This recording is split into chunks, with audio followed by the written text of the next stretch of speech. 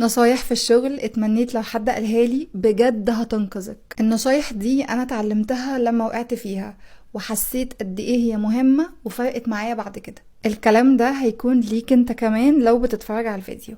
بس الاول قبل ما نبدأ حابة اعرفكم بنفسي. لو اول مرة تشوفوني، انا هبة مهران، ماركتير وصانعة محتوى، وان شاء الله هنتعلم مع بعض حاجات كتير قوي الفترة الجاية. ما تنسيش تصلي على النبي والمج بتاعك ويلا بينا.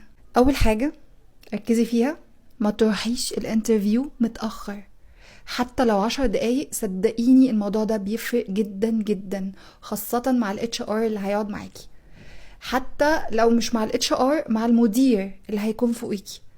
لو عارف انت جيتي متأخر هيعرف انت شخصية مهملة ومش هيستأمنك على حاجة، وشخصية ملهاش مواعيد. خليكي دايما شارب في مواعيدك، لان بجد ده بيفرق. بصي يا فنانة، بيئة العمل عايزة اللي يثبت نفسه في الشغلانة من أولها، من أول ما يروح ويحط رجله في الشركة. عايزة تثبتي نفسك.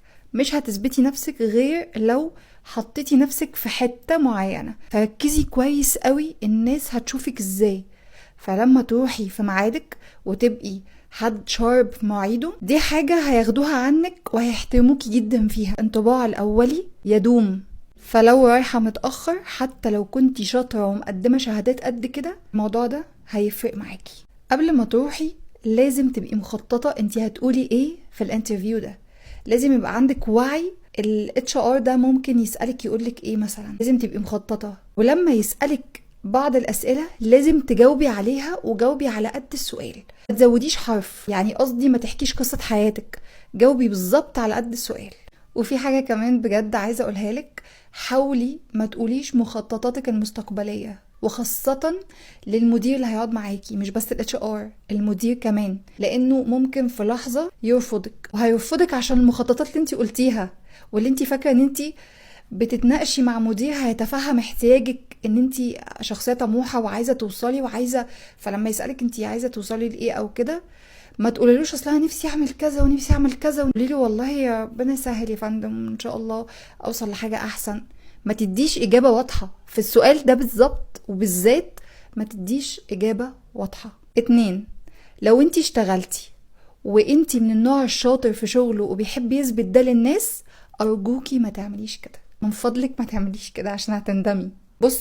بصي حاولي تحتفظي ببعض شطارتك ونباهتك لنفسك من فضلك. يعني ما تشاركيش الناس شطارتك دي، وخاصة زمايلك اللي في الشغل او حتى مديرك. ما تبينيش قد ايه انتي شاطرة ومجتهدة، لان هيتحط عليكي. دي اول حاجة. تاني حاجة، هتأذي اللي حواليكي. صدقيني هما في بعض الناس بتبقى مريضة فبتحس ان انتي هتاخدي مكانها، وده موجود بنسبة 90%. حرفيا ده موجود في الماركت المصري.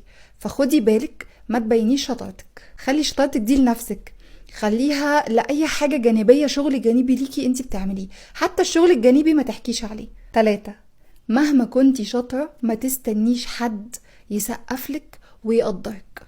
التقدير ده انت هتاخديه من عيلتك، هتاخديه من امك، هتاخديه من نفسك. لكن ما تستنيش مديرك يقدرك. انت بتديلهم شغل وبتاخدي مقابل ليه فلوس، تاخدي سالري. فما تستنيش ان انت تتقدري في الحتة دي. انت قدري نفسك، سقفي لنفسك. حاجة كمان من فضلك، حاولي ما تجوديش في الشغل. يعني انت مطلوب منك 1 2 3، اعملي 1 2 3 على قد المطلوب بالظبط. ما تجوديش يا فنانة، اعملي الشغل المطلوب منك بس، ما تزوديش، ما تبينيش شطارتك. انت شاطرة لنفسك، فهماني؟ 4، النقطة دي مهمة، ركزي معايا. احتفظي برأيك لنفسك.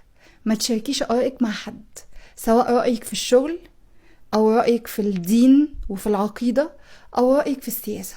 ما تشاركيش ال3 دول مع حد، وخاصة مع زمايل الشغل ومديرك في الشغل. بصي طبيعي ان انت هتلاقي ناس حواليكي مختلفة. هو ده الطبيعي، هو ده اللوجيك. فما ينفعش ان الناس المختلفة اللي حواليكي تدخلي معاها في نقاشات تخليكي تتشككي في اللي انتي مؤمنة بيه، تخليكي تشكي في آرائك الشخصية.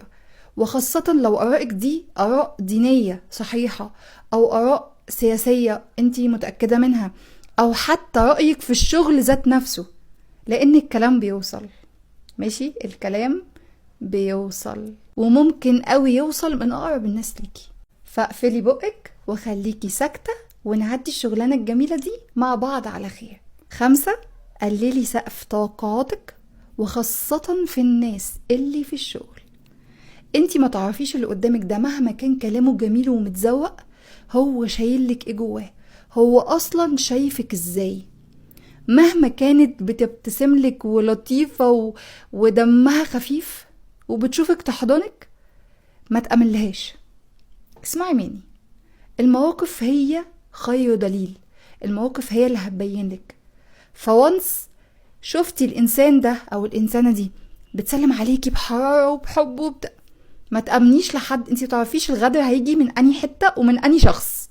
اسمعي مني، انا مش معقدة، انا بقولك اللي كان بيحصل معايا في الشغل وانا وقعت فيه وبجد يعني كانت صدمة.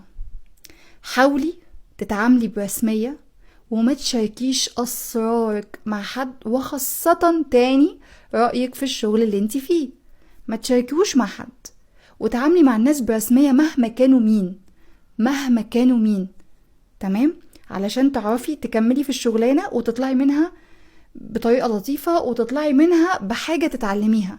لو ما عملتيش كده هتاخدي خازوق هيطلع من دماغك، وبقولك كده بجد من قلبي، ما تأمنيش لحد عشان ما تعرفيش الغدر جاي من انهي حتة ومن انهي حد.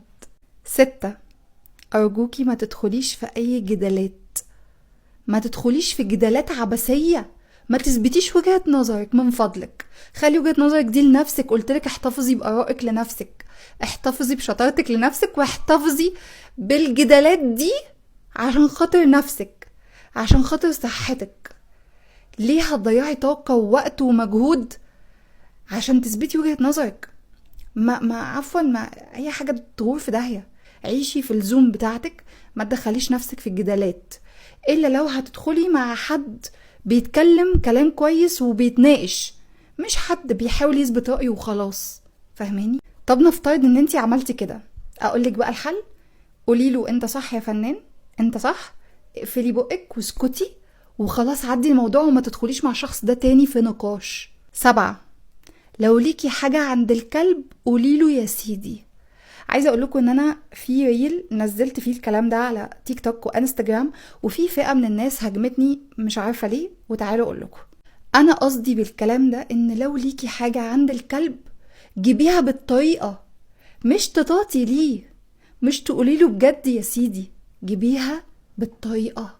اتعلمي ان يكون عندك نوع من الذكاء الاجتماعي، صدقيني هيفيدك جدا، وده مش خبث خالص، ده ذكاء. بتتعلمي ازاي تاخدي حقك بالطريقة. من نصيحة واخر نصيحة، وان شاء الله لو حبيتوا ممكن انزل فيديو تاني. حاولي ما تكونيش لطيفة بزيادة. Don't be friendly too much يا فنانة. اللطف زيادة ده هتدفع عليه كتير قدام. اتكلمي بشكل رسمي وما تنفخيش وتجاملي في حد كتير. حاولي الابتسامات الكتير دي ما تبقاش كتير، خليكي في الشغل جد شوية، خليكي سيريس. اتعاملي بطبيعتك بس خليكي شخصية جادة واضحة، عارفة حدودك فين. وبس كده، ده كان فيديو سريع عن نصايح اتعلمتها بعد ما وقعت فيها. لو عجبك الفيديو واستفدتي منه ما تنسيش تعملي لايك وسبسكرايب للشانل وفعلي زر الجرس علشان تشوفيني تاني.